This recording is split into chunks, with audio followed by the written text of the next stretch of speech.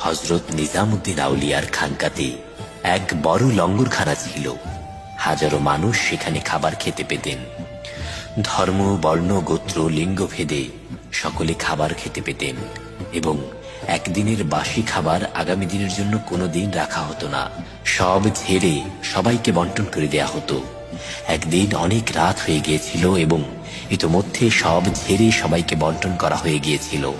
এমন সময় এক গরিব লোক খাবারের আশায় হযরত নিজামুদ্দিন আউলিয়ার খানকাতে এসে পৌঁছালেন।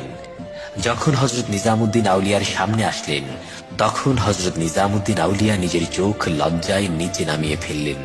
নিচের দিকে হাতড়ে এক জোড়া ছেঁড়া জুতা পেলেন।